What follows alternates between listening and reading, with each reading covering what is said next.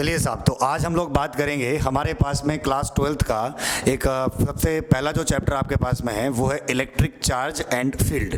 ठीक है साहब, ये वाला जो चैप्टर हमारे पास में है ये हमारे पास में आता है इलेक्ट्रोस्टैटिक नाम की ब्रांच से। ये हमारे पास फिजिक्स की एक ब्रांच है इलेक्ट्रोस्टैटिक। ठीक है साहब, तो इलेक्ट्रोस्टैटिक का मतलब क्या होता है पहले ये जान लेते हैं। इलेक्ट्रो का मतलब होता है बेटा यहाँ पे चार्ज, और स्टैटिक का मतलब क्या होता है एट रेस्ट। स्टैटिक का मतलब क्या होता है एट रेस्ट, यानी इस ब्रांच में हम किसके ऊपर बात करेंगे, जब चार्ज कैसा होगा रेस्ट पे होगा उसके बारे में हम लोग यहाँ बात करेंगे। ठीक है साहब, मतलब चार्ज को मोशन में नहीं लाना है, मोशन में लाएंगे उसको पढ़ेंगे हम इलेक्ट्रोडायनेमिक्स में। किस में पढ़ेंगे? इलेक्ट्रोडायनेमिक्स में। अभी हम किसकी बात कर रहे हैं? इलेक्ट्रोस्टैटिक की, मतलब चार्ज कैसा रहेगा रेस्ट पे रहेगा। ठीक है साहब, यही आपके पास चैप्टर है इलेक्ट्रिक चार्ज एंड फील्ड। अब ये फील्ड कौन सा उसको समझ लेते हैं। तो कुल मिला के इलेक्ट्रोस्टैटिक जो है उसको अपन क्या लिख सकते हैं, it is a branch of physics in which हम किसके बारे में डीलिंग करते हैं, इलेक्ट्रिकल इफेक्ट। आइवा सौ में क्या जो भी पैदा करेगा वो, आइवा सौ में क्या मतलब इलेक्ट्रिक फील्ड कितना होगा, फोर्स कितना लगेगा दो चार्जेस के बीच में, समझ में आया कि नहीं आया साहब। इन सब के बारे में हम लोग यहाँ बात करते हैं। किस कौन सी ब्रांच में? इलेक्ट्रोस्टैटिक में। लेकिन कंडीशन क्या है, charge should be at rest, वो रेस्ट पे ही होना चाहिए। ठीक है साहब, तो अपन ने इसको शॉर्ट में लिखा हुआ है कि स्टडी ऑफ इंटरेक्शंस, इंटरेक्शन मतलब फोर्स वगैरह है ना, एंड इलेक्ट्रिकल इफेक्ट, जो भी उसकी वजह से इलेक्ट्रिकल इफेक्ट पैदा हो रहा है। जैसे कि इलेक्ट्रिक फील्ड है, हमने पढ़ा था ना 11th क्लास में, हमने क्या पढ़ा था कि मास जब होता है तो उसके चारों तरफ क्या होता है, ग्रेविटेशनल फील्ड होता है। मास के चारों तरफ क्या होता है, ग्रेविटेशनल फील्ड होता है। ठीक है साहब, मैग्नेट के चारों तरफ क्या होता है, मैग्नेटिक फील्ड होता है। वैसे ही चार्ज बॉडी के चारों तरफ क्या होगा, इलेक्ट्रिक फील्ड होगा। हालांकि चार्ज मैग्नेटिक फील्ड भी पैदा कर सकता है, वो भी अपन समझेंगे वो ऐसा कब कर पाएगा। ये वाली बात आपको समझ में आ रही है क्या? तो अभी आप समझ गए होंगे कि study of interaction and electrical effects due to static charges, किसकी वजह से, स्टैटिक चार्जेस की वजह से यहाँ बात होगी, तो उसको हम लोग समझते हैं। अब आप यहाँ समझिएगा कि अब आपके दिमाग में बात आ रही है भाई चार्ज क्या है। वैसे अपनी क्लास 10th में इसमें थोड़ी सी बात हो गई थी। अपन लोगों ने चार्ज के बारे में क्या पढ़ा था कि the property of material by which it exerts और experiences electric and magnetic effect. आइवा सौ में क्या, यानी ये मटेरियल की एक ऐसी प्रॉपर्टी होती है जिसकी वजह से क्या पैदा कर सकती है, इलेक्ट्रिक फील्ड पैदा कर सकती है, मैग्नेटिक फील्ड भी पैदा कर सकती है। अब आप बोलोगे भैया स्टैटिक चार्ज है, चार्ज को तो इलेक्ट्रिक फील्ड पैदा करना चाहिए, तो मैग्नेटिक फील्ड कैसे पैदा करेगा? बिल्कुल करेगा। अपन ने क्लास 10th में क्या पढ़ा हुआ है कि करंट के चारों तरफ मैग्नेटिक फील्ड आता है। पढ़ा है अपन ने कि एक वायर है तो उसके चारों तरफ क्या होता है, मैग्नेटिक फील्ड होता है। राइट हैंड थंब रूल से हम लोग उसको सॉल्व करते हैं। आइवा सौ में क्या, तो अब करंट कैसे आई थी, चार्ज के फ्लो की वजह से आई थी। The rate of flow of electric charge is called electric current. जब चार्ज फ्लो करने लग जाता है तो उसकी वजह से क्या आती है, इलेक्ट्रिक करंट आती है, और उसके चारों तरफ मैग्नेटिक फील्ड आता है। तो आया तो इनडायरेक्ट तरीके से वो चार्ज से ही है ना मेरे भाई। समझ में आ रहा है आपकी वाली बात? बहुत ही बेसिक चीज है बेटा ये। ठीक है साहब, तो कुल मिला के समझ में आ गया। यानी चार्ज किसी भी मटेरियल की वो प्रॉपर्टी होती है जिसकी वजह से वो क्या कर सकता है, इलेक्ट्रिकल इफेक्ट और मैग्नेटिकल इफेक्ट, जो भी हमारे पास में मैग्नेटिक इफेक्ट है उनको प्रोड्यूस कर सकता है। आइवा में फोर्स को एक्सपीरियंस कर सकता है, वो सब इसमें लिखा हुआ है। ठीक है साहब, तो ये सारी बातें किसके बारे में होगी हमारे पास में, चार्ज के बारे में। इतना समझ में आ रहा है आपको? समझ में आ गया चार्ज क्या होता है, ये प्रॉपर्टी होती है बेटा मटेरियल की। ओके नाउ, अब यहाँ कुछ पॉइंट हमने लिखे हुए हैं, कुछ इंपॉर्टेंट पॉइंट है वो देख लेते हैं। There are only 2 types of electric charge. ये वाली बात हमने पढ़ी हुई है बेटा, ये हम बचपन से पढ़ते आए। 2 तरह के चार्ज होते हैं, पॉजिटिव और नेगेटिव चार्ज हमारे पास पाए जाते हैं। इन सब के बारे में बताया किसने था मेरे भाई, हमारे पास एक साइंटिस्ट थे बेंजामिन फ्रैंकलिन। कौन से साइंटिस्ट थे हमारे पास में? एक बेंजामिन फ्रैंकलिन। उन्होंने क्या कहा था कि नेचर में 2 प्रकार के चार्ज हैं। आइवा सौ मतलब नेचर में इस प्रकार के 2 चार्ज है कि वो एक दूसरे को कैंसिल कर देते हैं। तो अब आप ऐसे दो चीजें कैसी होंगी जो कैंसिल करेंगी, प्लस और माइनस। हमने तो इतना ही पढ़ा है भाई, है ना। तो एक हो गया पॉजिटिव चार्ज और एक हो गया नेगेटिव चार्ज। तो 2 प्रकार के चार्ज आपको यहाँ मिलेंगे। There are only 2 types of electric charge. One is positive charge. आइवा सौ में क्या, एक को अपन क्या बोल देंगे मेरे भाई, पॉजिटिव चार्ज। ठीक है साहब, तो एक हमारे पास में आ जाएगा पॉजिटिव चार्ज और दूसरा हमारे पास क्या जाएगा बेटा, नेगेटिव चार्ज। ये वाली बात समझ में आई कि नहीं आई साहब? तो दूसरा हमारे पास में क्या जाएगा साहब, नेगेटिव चार्ज। इतना समझ में आया कि नहीं आपको? अच्छा, charge is a scalar quantity. Charge कैसी क्वांटिटी होती है, स्केलर क्वांटिटी होती है, मतलब इसके पास कोई डायरेक्शन नहीं है, इसको नॉर्मल तरीके से ही हैंडल करना है जैसे अपन करते ही हैं। जबकि अपन ने जैसे क्लास 11th में पढ़ा हुआ है फोर्स के बारे में, तो वेक्टर को हम लोग अलग तरीके से डीलिंग करते हैं क्योंकि वो वेक्टर क्वांटिटी है। एक फोर्स को हम लोग अलग तरीके से डीलिंग करते हैं क्योंकि वो वेक्टर क्वांटिटी है। ये वाली बात आपको समझ में आ रही है क्या? उसमें डायरेक्शन का ध्यान रखना पड़ता है, उनके बीच का एंगल क्या है, उसके हिसाब से रिजल्टेंट वाला फॉर्मूला लगाना पड़ता है, वो अपन देखेंगे अभी। लेकिन चार्ज के साथ ऐसा करने की जरूरत नहीं है, it is a scalar quantity. ये वाली बात समझ में आएगी बेटा? अच्छा, दूसरी बात अगर अपन बात करें, लाइक चार्जेस के बीच में हमेशा रिपल्सन होगा। जैसे अगर मान लीजिए पॉजिटिव पॉजिटिव चार्ज है तो इनके बीच में क्या हो रहा होगा, हमेशा रिपल्सन। नेगेटिव नेगेटिव है तो भी इनके बीच में क्या हो रहा होगा, रिपल्सन। यानी like charges always repel each other, वो हमेशा एक दूसरे को रिपेल करेंगे, रिपल्सन होगा उनके बीच में। अनलाइक चार्जेस जो हैं पॉजिटिव, अनलाइक मतलब जो एक जैसे नहीं है, पॉजिटिव नेगेटिव या नेगेटिव पॉजिटिव, इनके बीच में क्या होगा, हमेशा अट्रैक्शन होगा। तो आप समझ में आ गया होगा, unlike charges always attract each other. इतना समझ में आया आपको, कोई समस्या किसी प्रकार की? चलिए साहब, आगे अगर हम लोग बात करें तो हमारे पास में क्या आता है नॉर्मली। देखिए आप अच्छी तरह जानते हैं कि हमारे पास में कोई भी मटेरियल हो वो सब एटम से मिलकर बना हुआ है ना। अपन कह सकते हैं all matter composed of atoms. सारा किससे मिलकर बना हुआ है, एटम से मिलकर बना हुआ है। एटम में दो पार्ट होते हैं, एक होता है इलेक्ट्रॉन वाला पार्ट जो उसके चारों तरफ होता है, और एक होता है न्यूक्लियस। समझ में आया कि नहीं? सेंट्रल पार्ट जो होता है वो क्या होता है बेटा, न्यूक्लियस होता है। तो अपन कह सकते हैं all matter composed of atoms. Atom में दो पार्ट होते हैं, एक होता है न्यूक्लियस और एक होता है मतलब एटम के दो पार्ट न्यूक्लियस और इलेक्ट्रॉन। इलेक्ट्रॉन पे नेगेटिव चार्ज होता है, ये अपन पढ़ते आए हैं बचपन से। अच्छा, न्यूक्लियस की बात करें, न्यूक्लियस के अंदर न्यूक्लियॉन्स होते हैं। क्या होते हैं, न्यूक्लियॉन्स होते हैं। आई बस में क्या, प्रोटॉन और न्यूट्रॉन।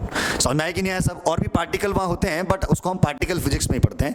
आई बस अभी अपन को ये क्या मान के चलना है कि न्यूक्लियस के अंदर क्या है, प्रोटॉन्स हैं और न्यूट्रॉन्स हैं। अच्छा, प्रोटॉन पे कितना चार्ज होता है, पॉजिटिव चार्ज होता है। ओके, मतलब कौन सा चार्ज होता है, पॉजिटिव होता है। न्यूट्रॉन पे क्या होता है, न्यूट्रल होता है, उस पर कोई भी चार्ज नहीं होता।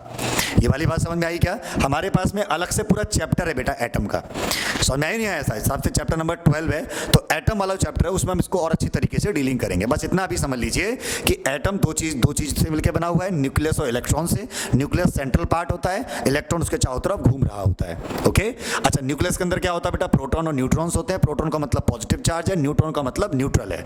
ओके, अच्छा, हमेशा जो एटम होता है ना बेटा, वो हमेशा न्यूट्रल होता है। कैसा होता है, न्यूट्रल। अब आप बोलोगे भैया उसके अंदर तो प्रोटॉन्स भी हैं, उसके अंदर तो इलेक्ट्रॉन्स भी हैं, तो उसको तो मतलब कोई चार्ज होना चाहिए उसका। ऐसा नहीं है मेरे भाई, उस पर जितने इलेक्ट्रॉन्स होंगे उतने ही प्रोटॉन्स होते हैं, तो ऑटोमेटिकली वो क्या हो जाता है, न्यूट्रल हो जाता है। ठीक है, तो इसलिए अपन ने पॉइंट यहाँ क्या लिखा हुआ है, normally the materials are electrically neutral. Normally जो मटेरियल्स होते हैं वो क्या होते हैं, इलेक्ट्रिकली न्यूट्रल होते हैं। क्यों? क्योंकि उन पर जितने इलेक्ट्रॉन्स होते हैं उतने ही प्रोटॉन्स होते हैं। ओके, तो they do not contain any charge because their charges are exactly balanced.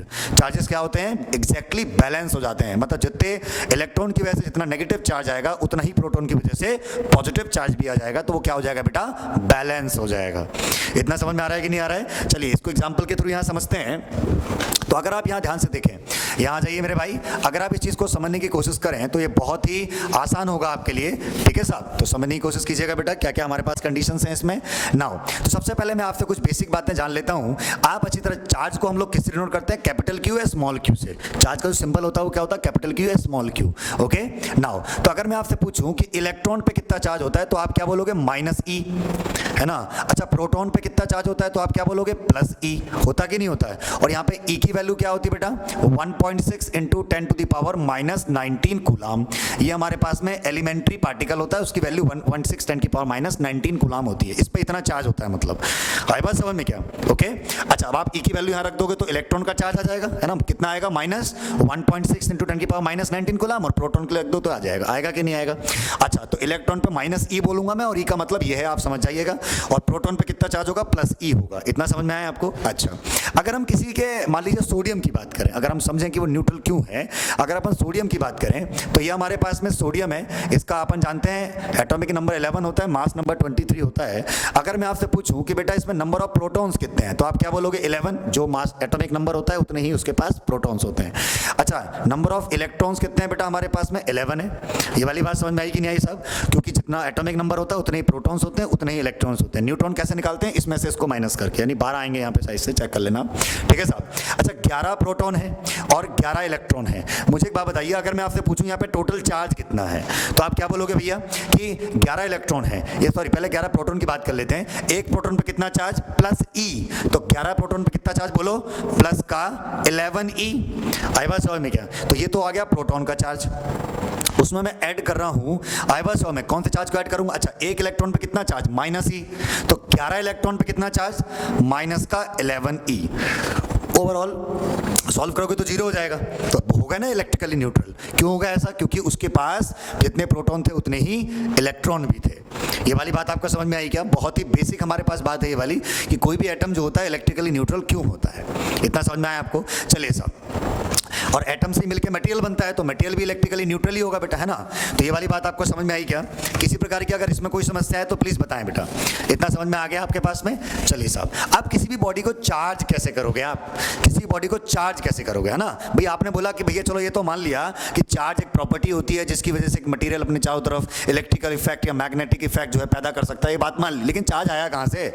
समझ में आई कि नहीं आई? ये बात भी तो उठती कि नहीं उठती दिमाग में? तो चार्जिंग ऑफ अ बॉडी की अगर हम लोग बात करें कि बॉडी को चार्ज कैसे करना है, बस मतलब बॉडी चार्ज हुई कैसे, अभी हम चार्जिंग मेथड पढ़ेंगे वो अलग है, लेकिन ये चार्ज कहां से आए समझ लेते हैं पहले, ठीक है साहब। तो चार्ज कैसे आता है? बाय एडिशन और removal of electrons from it. यानी हमारे पास एक मटेरियल है, उसमें से इलेक्ट्रॉन निकाल दो तो बॉडी हो जाएगी पॉजिटिवली चार्ज, और इलेक्ट्रॉन डाल दो तो बॉडी कैसी हो जाएगी?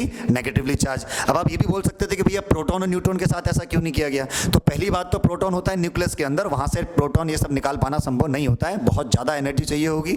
आई बात समझ में क्या? ये वाली बात समझ में आएगी नहीं साहब? इसको हम बाद में कभी डिस्कस करेंगे। और दूसरी बात, सिंगल प्रोटॉन जो होता है ना वो एग्जिस्टेंस में भी एग्जिस्ट भी नहीं करता है। आई बात समझ में क्या? उसकी अलग कंडीशंस हैं, वो अपन देखेंगे क्या कब एग्जिस्ट करेगा, क्या कंडीशन बनेगी। ये वाली बात समझ में आएगी? तो जो भी करना है वो इलेक्ट्रॉन के साथ ही करना है कुल मिला के आपको। इतना समझ में आ गया? तो इलेक्ट्रॉन निकाल दोगे तो पॉजिटिव चार्ज आ जाएगा, इलेक्ट्रॉन डाल दोगे तो नेगेटिव चार्ज आ जाएगा। इतना समझ में आ गया? तो वैसे अपन ने पढ़ा हुआ है सारी बातें, फिर भी अपन एक बार यहां देख लेते हैं, जैसे कि अपन ने अभी देखा था। आई बात समझ में क्या? अभी अगर आप यहां ध्यान से देखें, ये हमारे पास सोडियम है 11, सोडियम 23, ये समझ में आया क्या? अच्छा, अभी अगर मैं आपसे पूछूं कि नंबर ऑफ प्रोटॉन्स कितने हैं तो आप बोलोगे 11, नंबर ऑफ इलेक्ट्रॉन्स कितने हैं तो भी आप बोलोगे 11। सोडियम क्या करता है? अपने आप को स्टेबल बनाने के लिए एक इलेक्ट्रॉन डोनेट कर देता है। तो आप अगर ध्यान से देखें यहाँ पे, तो आप देख सकते हैं सोडियम है, इसने क्या करा? एक इलेक्ट्रॉन डोनेट कर दिया, तो यहाँ एक इलेक्ट्रॉन बाहर निकल जाएगा ऐसे। आई बात समझ में क्या? ये वाली बात समझ में आई कि नहीं मेरे भाई? अच्छा, अगर मैं आपसे पूछूं कि अब नंबर ऑफ प्रोटॉन्स कितने हैं, तो अभी नंबर ऑफ प्रोटॉन तो 11 ही रहेंगे ना, वो तो निकले नहीं। अच्छा, नंबर ऑफ इलेक्ट्रॉन कितने हो गए मेरे भाई? वो 10 हो गए, कम हुए ना? समझ में आया कि नहीं आया? अच्छा, अब आप मुझे बताओ यहाँ पर टोटल चार्ज कितना था पहले? अगर मैं यहाँ चार्ज निकालूंगा तो 0, क्योंकि इसकी वजह से आएगा +11 ही, इसकी वजह से आएगा -11 ही, टोटल सम 0 हो जाएगा। अच्छा, यहाँ चार्ज कितना आएगा टोटल? अगर मैं यहाँ चार्ज आपसे पूछूं तो +11 ही -10 ही, मतलब प्लस का ई, ये बचेगा नहीं बचेगा, इसलिए इसके ऊपर आप क्या लगा देते हो? प्लस लगा देते हो। आई बात समझ में क्या? तो उसमें प्लस ई का चार्ज होता है, +1 चार्ज होता है। आई बात समझ में क्या? तो ये वाली बात आपको समझ में आ गई होगी कि जब इलेक्ट्रॉन निकालते हैं, यानी जब इलेक्ट्रॉन की कमी होती है तो पॉजिटिव चार्ज आता है। तो पॉजिटिव चार्ज का मतलब क्या होता है? Deficiency of electrons. Positive charge का मतलब क्या होता है? डेफिशिएंसी ऑफ इलेक्ट्रॉन्स, मतलब इलेक्ट्रॉन की कमी। आई बात समझ में क्या? डेफिशिएंट जोन क्रिएट हो जाएगा वहां पे। समझ में आएगी ना? देखो, जब आप किसी बॉडी से इलेक्ट्रॉन निकालोगे, आई बात समझ, जब इलेक्ट्रॉन को आप बाहर निकालोगे मतलब आपने एनर्जी सप्लाई करी, इलेक्ट्रॉन बाहर निकल गया। आई बात समझ में क्या? अगर आप कैसे इलेक्ट्रॉन कैसे बाहर निकलेगा? एनर्जी सप्लाई करनी पड़ेगी आपको। आई बात समझ में? हम पढ़ेंगे आगे चल के, हमारे पास में चैप्टर नंबर 11 में हम पढ़ते हैं, चैप्टर नंबर 11 में हमारे पास आएगा एमिशन। आई बात समझ में क्या? तो उसमें हम देखेंगे इलेक्ट्रॉन कैसे बाहर निकला है। थर्मियोनिक एमिशन होता है, फील्ड एमिशन होता है, फोटो इलेक्ट्रिक एमिशन होता है। आई बात समझ में क्या? तो वहां पर आप देखोगे जब इलेक्ट्रॉन बाहर आया होगा तो जहां से इलेक्ट्रॉन आया होगा वहां पे क्या बन गया होगा? पॉजिटिव जोन नहीं क्रिएट हो गया होगा एक। आई बात समझ? पॉजिटिव मतलब जहां पे इलेक्ट्रॉन की कमी हो गई, उसको अपन बोलेंगे इलेक्ट्रॉन डेफिशिएंट जोन। एक ऐसी जगह जहां पे इलेक्ट्रॉन की कमी हो गई है, तो पॉजिटिव चार्ज डेवलप हो जाएगा। सीधी सी बात है ना? ये वाली बात समझ में आई कि नहीं आई? अच्छा, तो नेगेटिव क्यों आया होगा? जब इलेक्ट्रॉन ज्यादा होंगे। अपन यहाँ पे क्लोरीन का एग्जांपल ले सकते हैं उसके लिए। ओके, अगर अपन यहाँ बात करें, ये हमारे पास क्लोरीन है, क्लोरीन 17 क्लोरीन 35, मैं 35 वाला क्लोरीन ले रहा हूँ, 2 क्लोरीन होते हैं, एक 17 क्लोरीन 37 भी होता है। आप जो पढ़ते हो 35.5 वो उन दोनों का एवरेज है। ओके, अच्छा, मैं आपसे पूछूं कि नंबर ऑफ प्रोटॉन्स कितने हैं तो आप क्या बोलोगे? 17। अच्छा बेटा, नंबर ऑफ इलेक्ट्रॉन कितने हैं तो बताओ कितना आएगा मेरे भाई? 17। अच्छा, ये क्या करता है? एक इलेक्ट्रॉन एक्सेप्ट कर लेगा अपने आप को स्टेबल बनाने के लिए। ये आपने पढ़ा हुआ है, इसलिए मैं वो सब एग्जांपल के थ्रू आपको बताने की कोशिश कर रहा हूं। तो आप देख सकते हैं, जब ये एक इलेक्ट्रॉन एक्सेप्ट कर लेगा तो क्या होगा बताइए मेरे भाई? क्या होगा? आप क्या लिख देते हो? Cl-। क्यों लिखा आपने -1? क्योंकि एक इलेक्ट्रॉन एक्स्ट्रा आ गया है। अब इसके पास अगर मैं आपसे पूछूं कि नंबर ऑफ प्रोटॉन कितने हैं तो वो 17 ही रहेंगे, क्योंकि प्रोटॉन के साथ तो छिड़कानी हो नहीं रही है। अच्छा, नंबर ऑफ इलेक्ट्रॉन कितने हो गए मेरे भाई?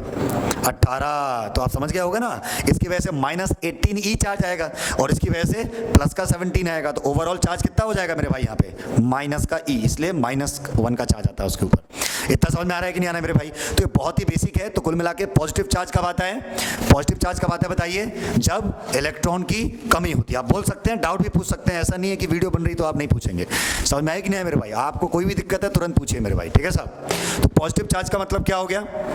इलेक्ट्रॉन की कमी, और नेगेटिव चार्ज का मतलब क्या हो गया? इलेक्ट्रॉन की अधिकता, यानी एफिशिएंसी ऑफ इलेक्ट्रॉन अपन कह सकते हैं। एक्सेस हो जाता है वहां, इलेक्ट्रॉन ज्यादा आ जाते हैं। ओके, अच्छा, तो ये वाली बात आपको समझ में आ गई होगी, बहुत ही बेसिक होता है। अच्छा, एक और बात यहाँ पर होती है, फ्री इलेक्ट्रॉन, बच्चा बड़ा कंफ्यूज होता है फ्री इलेक्ट्रॉन को लेके। फ्री इलेक्ट्रॉन क्या चीज होती है, इसको हम लोग समझने की थोड़ी कोशिश करते हैं। आई बात समझ में क्या? देखिए फ्री इलेक्ट्रॉन का मतलब क्या होता है, आप इसको ये समझ सकते हो कि बच्चा घर से बाहर निकला है लेकिन कॉलोनी के अंदर है। आई बात समझ, जैसे मान लीजिए इलेक्ट्रॉन चारों तरफ न्यूक्लियस के चारों तरफ राउंड मार रहे होते हैं। क्यों मार रहे होते हैं भाई? क्योंकि अट्रैक्टिव फोर्स, जो आपको पता है सर्कुलर मोशन में घूमने के लिए फोर्स चाहिए होता है, सेंट्रीपिटल फोर्स। और वो फोर्स कहां से मिलता है इलेक्ट्रॉन को? न्यूक्लियस और इलेक्ट्रॉन के बीच में लगने वाला इलेक्ट्रोस्टैटिक फोर्स, कूलम्बियन फोर्स, उसकी मदद से वो घूम सकते हैं। आई बात समझ में क्या? अगर वो इलेक्ट्रॉन वहां से बाहर चला जाए तो उसका मतलब फ्री हो गया। फ्री होने का मतलब होता है बेटा कि वो न्यूक्लियर के अट्रैक्टिव एरिया में नहीं है। अब समझ में आया कि नहीं आया? क्या मतलब होता है? वो न्यूक्लियस के, जो न्यूक्लियस है उसके अट्रैक्टिव रीजन से बाहर है वो एटम के अंदर ही, एटम से बाहर नहीं निकलेगा ऐसे। समझ में आया नहीं आया मेरे भाई? समझ में आ गया? तो वो फ्री इलेक्ट्रॉन्स होते हैं। और आपको समझ इतना पता होना चाहिए कि फ्री इलेक्ट्रॉन को उस रीजन से बाहर निकलने के लिए, क्योंकि उस पर न्यूक्लियस लगातार कंटिन्यूसली फोर्स लगा रहा है, तो उसको वहां से बाहर निकलने के लिए थोड़ी बहुत एनर्जी चाहिए होगी। और रूम टेम्परेचर पर ये एनर्जी मेटल्स के पास आ जाती है, तभी मेटल में बहुत सारे फ्री इलेक्ट्रॉन्स होते हैं। आपने पढ़ा है कि मेटल में क्या होते हैं? फ्री इलेक्ट्रॉन्स होते हैं, जिसकी वजह से वो इलेक्ट्रिकल कंडक्टर, बहुत अच्छा कंडक्टर होता है इलेक्ट्रिसिटी का। समझ में आया कि नहीं आया मेरे भाई? तो यहाँ पर अपने थोड़ा सा मटेरियल की अगर अपन बात करें तो 3 प्रकार के मटेरियल होते हैं, कंडक्टर, इंसुलेटर और सेमीकंडक्टर। इतना समझ में आया क्या? कंडक्टर कौन होते हैं? जिसमें भरमार फ्री इलेक्ट्रॉन्स होते हैं। सेमीकंडक्टर होते हैं बेटा जो हमारे हिसाब से जब हम चाहेंगे तो कंडक्टर बन जाएगा, जब हम चाहेंगे तो इंसुलेटर बन जाएगा। यानी वो कंडीशनल कंडक्टर है। कैसा कंडक्टर है? कंडीशनल कंडक्टर है। इसके ऊपर चर्चा करेंगे चैप्टर नंबर 14 में, सेमीकंडक्टर एंड इलेक्ट्रॉनिक्स पे इसके ऊपर चर्चा की जाएगी। इतना समझ में आ रहा है मेरे भाई आपको? तो बहुत ही बेसिक सी बात हो गई हमारे पास। इंसुलेटर मतलब जिसमें फ्री इलेक्ट्रॉन्स नहीं है। तो मेटल में क्या होता है या कंडक्टर में क्या होता है कि रूम टेम्परेचर पर ही उनको इलेक्ट्रॉन्स को इतनी एनर्जी मिल जाती है कि वो न्यूक्लियस के अट्रैक्टिव रीजन से बाहर निकल जाते हैं, अट्रैक्टिव एरिया से बाहर निकल जाते हैं, इसलिए उनको बोलते हैं फ्री इलेक्ट्रॉन्स। समझ में आ गया आपको? तो इस तरीके से अपन कह सकते हैं, बहुत ही बेसिक सी बात हमारे पास में होती है। तो अपन इसकी डेफिनेशन भी हमारे पास में कि the electron of the outermost orbit of an atom are far from the nucleus, so these electrons are loosely bounded with the nucleus and can be separated easily from the orbit by giving some energy. These electrons are then called free electrons. अपन ने बात कर ली इसकी, बहुत ही simple सी बात है। तो इतना समझ में आ गया आपको मेरे भाई? अच्छा जी, इसके बाद 12th क्लास में एक बहुत ही इंपॉर्टेंट बात आती है कि हमारे पास में 2-3 प्रॉपर्टीज हैं। आई बात समझ में क्या? 2-3 प्रॉपर्टीज हैं, उनको हम लोग समझेंगे कि भाई चार्ज की प्रॉपर्टीज क्या होती हैं। समझ में आए कि नहीं आए साहब? तो वो प्रॉपर्टी आपको मिलेगी पेपर में, डायरेक्ट क्वेश्चन भी पूछा जा सकता है कि चार्ज की प्रॉपर्टीज बताइए। तो उसको हम लोग पढ़ते हैं मेरे भाई, प्रॉपर्टीज ऑफ इलेक्ट्रिक चार्ज करके टॉपिक डालेंगे। आई बात समझ में क्या? तो वो देखिए ध्यान से क्या क्या हमारे पास में होता है, प्रॉपर्टीज ऑफ इलेक्ट्रिक चार्जेस। तो प्लीज मेरे भाई यहाँ ध्यान दें, ये डायरेक्ट पेपर में क्वेश्चन भी पूछा जा सकता है, ठीक है? कि चार्ज की प्रॉपर्टी बताइए, प्रॉपर्टीज ऑफ इलेक्ट्रिक चार्जेस। ये वाली बात समझ में आई कि नहीं आई मेरे भाई? तो आप ऐसी प्रॉपर्टी लिख के नहीं आ सकते हैं कि भैया जो लाइक चार्जेस होते हैं रिपेल करेंगे, ये सब नहीं लिखना होता उसमें। आई बात समझ, उसमें जो 3 बातें लिखनी होती है मैं बता देता हूं आपको। तो प्रॉपर्टीज ऑफ इलेक्ट्रिक चार्ज में सबसे पहले हमारे पास क्या आता है मेरे भाई? एडिटिविटी, यानी additive nature of charge. Additive nature of charge, पहली प्रॉपर्टी कौन सी आती है बेटा? एडिटिव नेचर ऑफ चार्ज, यानी इसको अपन बोलते हैं एडिटिविटी। क्या बोलते हैं मेरे भाई इसको हम लोग? एडिटिविटी। एडिटिविटी का मतलब क्या होता है कि जो टोटल चार्ज हमारे पास में होता है किसी भी सिस्टम का, वो कैसे लाया जा सकता है मेरे भाई? उनका एल्जेब्रिक सम करके। कैसे लाया जा सकता है मेरे भाई? उनका एल्जेब्रिक सम करके। जैसे मान लीजिए अगर मैं आपसे बोलूं कि मेरे पास में कोई एक सिस्टम है, यहाँ पर चार्ज मान लीजिए कितना है? -2 कूलाम का चार्ज, यहाँ पर +3 कूलाम का चार्ज है, यहाँ पर -4 कूलाम का चार्ज है, यहाँ पे माइनस का या प्लस का 8 कूलाम का चार्ज है। बताइए टोटल चार्ज अगर मुझे निकालना हो तो मुझे सम तो करना है, लेकिन एल्जेब्रिक सम करने का मतलब ये हो गया कि सम विद साइन। कैसा सम करना है? Sum with sign. तो आप यहाँ क्या रखोगे मेरे भाई? -2 +3 -4 +8। समझ में आया क्या? अपन ने कैसा सम किया? ये विद साइन पुट किया, मतलब ऐसा नहीं करा कि 4 का केवल 4 उठा लिया हो, नहीं -4 रखा अपन ने वहां पे। समझ में आया कि नहीं आया? तो यहाँ पे असलियत में प्लस आना चाहिए था, लेकिन प्लस माइनस का माइनस हो गया वो, ठीक है ना? समझ में आ रहा है क्या आपको? अच्छा बेटा, इसको सॉल्व कर लो अब आप, है ना? तो कितना हो जाएगा? 8 और 3 11 हो जाएगा, 4 और 2 6, यानी 5 बचेगा क्या? तो क्यू की वैल्यू आ जाएगी 5 कूलाम। क्यू की वैल्यू कितनी आ जाएगी हमारे पास में? 5 कूलाम आ जाएगी। तो कुल मिला के इस पे टोटल चार्ज कितना है इस समय? 5 coulomb. This is called additive nature of charge. आई बात समझ में क्या? समझ में आ गया आपके मेरे भाई? तो आप इसको लिख भी सकते हैं कि electric charge is a scalar quantity, so the total charge of the system is obtained simply by adding the different charges algebraically with proper sign according to their charges. मैंने बोल भी दिया है, इसको स्पीड कम करके आप इसको लिख लीजिएगा, प्रॉपर साइन के साथ उसको ऐड करना होता है, ठीक है? नेक्स्ट हमारे पास में आता है कंजर्वेशन ऑफ चार्ज। नेक्स्ट हमारे पास क्या आता है बेटा? Conservation of charge. इस चीज को आप एक बार समझें, कंजर्वेशन ऑफ चार्ज। यानी चार्ज इज ऑलवेज कंजर्व्ड। जो चार्ज होता है वो हमेशा क्या होता है, किसी भी सिस्टम का हमेशा कंजर्व रहता है।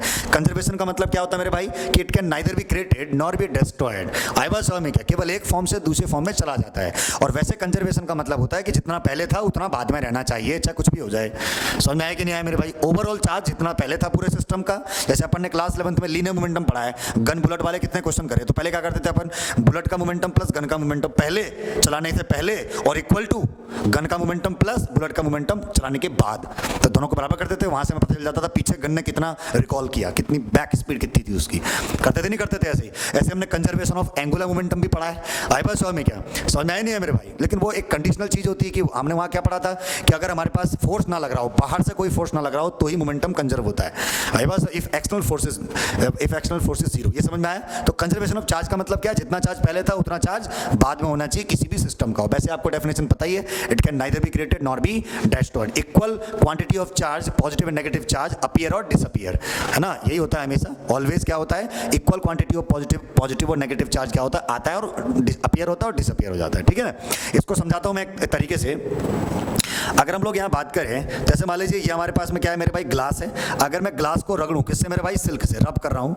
आई बात समझ में क्या? मैं क्या कर रहा हूँ, ग्लास को रब कर रहा हूँ किससे, सिल्क से। समझ में आ रहा है नहीं मेरे भाई? देखो ऐसा नहीं है कि किसी को भी किसी के साथ रब करोगे तो चार्ज आएगा। कुछ कॉम्बिनेशन हैं ऐसे जिनमें ऐसा होता है। आपने बचपन में स्केल से ऐसा किया होगा। स्केल से अगर आप बालों को रगड़ें, होता नहीं होता, अगर आप स्केल से बालों को रगड़ें और छोटे छोटे कागज के टुकड़े उसके पास लेके जाएं तो उसको खींचने लगता है, अट्रैक्ट करता नहीं करता। इसका मतलब उस स्केल में क्या आ गया है, चार्ज आ गया है। समझ में आया नहीं है मेरे भाई? तो ऐसे बहुत सारे कॉम्बिनेशन है। आई बात समझ में क्या? तो मैं ग्लास को सिल्क से रगड़ूंगा। अच्छा, अभी अगर मैं आपसे पूछूं कि इस सिस्टम का अभी टोटल चार्ज कितना है, तो आप बोलोगे 0 + 0 यानी कि 0, क्योंकि अभी इस पर कोई चार्ज ही नहीं है। अब मैंने इनको रब किया, इसको बोलते हैं चार्जिंग बाय फ्रिक्शन। क्या बोलते हैं इसको? Charging by friction. ओके, मैं क्या कर रहा हूं, इनको आपस में रब कर रहा हूं। आई बात समझ में क्या? जब रब करूंगा तो क्या होगा, किसी एक बॉडी से इलेक्ट्रॉन दूसरी बॉडी में चले जाएंगे। आई बात समझ में क्या? एक बॉडी की टेंडेंसी होगी डोनेट करने की और एक बॉडी की टेंडेंसी होगी एक्सेप्ट करने की। आई बात समझ में क्या? तो एक्चुअल में चार्ज किसकी वजह से आता है, ट्रांसफर ऑफ इलेक्ट्रॉन्स की वजह से। चार्ज किसकी वजह से आता है, ट्रांसफर ऑफ इलेक्ट्रॉन्स की वजह से, इलेक्ट्रॉनों का ट्रांसफर होता है। ओके, तो ग्लास से सिल्क पर इलेक्ट्रॉन चले जाते हैं, जिसकी वजह से जो ग्लास होता है ना बेटा, जो ग्लास होता है आपके पास में, जो ग्लास है वो कैसा हो जाता है बेटा, पॉजिटिव चार्ज आता है उसके ऊपर, क्योंकि इससे इलेक्ट्रॉन उस पर गए। ये तो आपको पता चली गया है ना? अच्छा, जिसके पास जाएंगे उस पर इलेक्ट्रॉन ज्यादा हो जाएंगे तो नेगेटिव हो जाएगा, है ना? क्योंकि इलेक्ट्रॉन पर नेगेटिव चार्ज होता है। तो इसमें कैसा चार्ज आएगा बेटा, नेगेटिव चार्ज आएगा। अच्छा, इतना आपको पता होना चाहिए कि अगर इस पे प्लस क्यू आएगा ना तो इस पे माइनस क्यू आएगा। फिर इतना समझ में आ गया क्यों? क्योंकि अगर यहां से 50 इलेक्ट्रॉन यहां गए हैं तो इसमें 50 इलेक्ट्रॉन की कमी आएगी और इसमें 50 इलेक्ट्रॉन की अधिकता हो जाएगी। अगर यहां 50 इलेक्ट्रॉन की कमी आई है, इसका मतलब क्या है कि यहां पर पॉजिटिव चार्ज जो भी आएगा वो 50 इलेक्ट्रॉनों की कमी की वजह से आएगा, और यहां पर जो भी नेगेटिव चार्ज आएगा वो 50 इलेक्ट्रॉनों की अधिकता की वजह से आएगा। तो चार्ज अपोजिट नेचर का जरूर होगा, लेकिन होगा इक्वली। अगर यहाँ 20 कूलम चार्ज है तो यहाँ -20 होगा, बस 20 तो सेम है ना, केवल नेचर चेंज होगा चार्ज का। क्या चीज चेंज होगा, चार्ज का नेचर चेंज होगा। अभी भी अगर मैं आपसे पूरे सिस्टम का चार्ज पूछूं, ये पूरा सिस्टम है एक, आई बात समझ में क्या? ठीक है, अगर मैं आपसे पूछूं कि फाइनल ऑफ चार्ज कितना है, तो आप बोलोगे भैया यहाँ +Q और -Q, नेट चार्ज अभी भी कितना है, 0। तो चार्ज तो कंजर्व है, चार्ज तो क्या है, कंजर्व। पहले पूरे सिस्टम का चार्ज भी 0 था, बाद में भी पूरे सिस्टम का चार्ज 0 है। ये वाली बात समझ में आई कि नहीं आई? यानी चार्ज हमेशा कैसा रहता है बेटा, कंजर्व रहता है। तो कंजर्वेशन समझ में आया आपको? क्या होता है, जैसी सिचुएशन पहली थी वैसी सिचुएशन क्या होनी चाहिए बेटा, उसकी बाद में होनी चाहिए। ये वाली बात आपको समझ में आ रही है क्या? बहुत ही बेसिक सी बात हमारे पास में कंजर्वेशन ऑफ चार्ज के ऊपर। इतना समझ में आ गया? ये नॉर्मल सा क्वेश्चन होता है, आपसे पूछा जा सकता है ये। आई बात इस पे एक छोटा सा क्वेश्चन अगर मैं आपको बना के बताऊं तो किस तरीके का बेसिक सा क्वेश्चन अपन यहाँ देख सकते हैं। आई बात समझ में क्या? मान लीजिए आपसे बोला जाए कि हमारे पास में 2 बॉडीज हैं।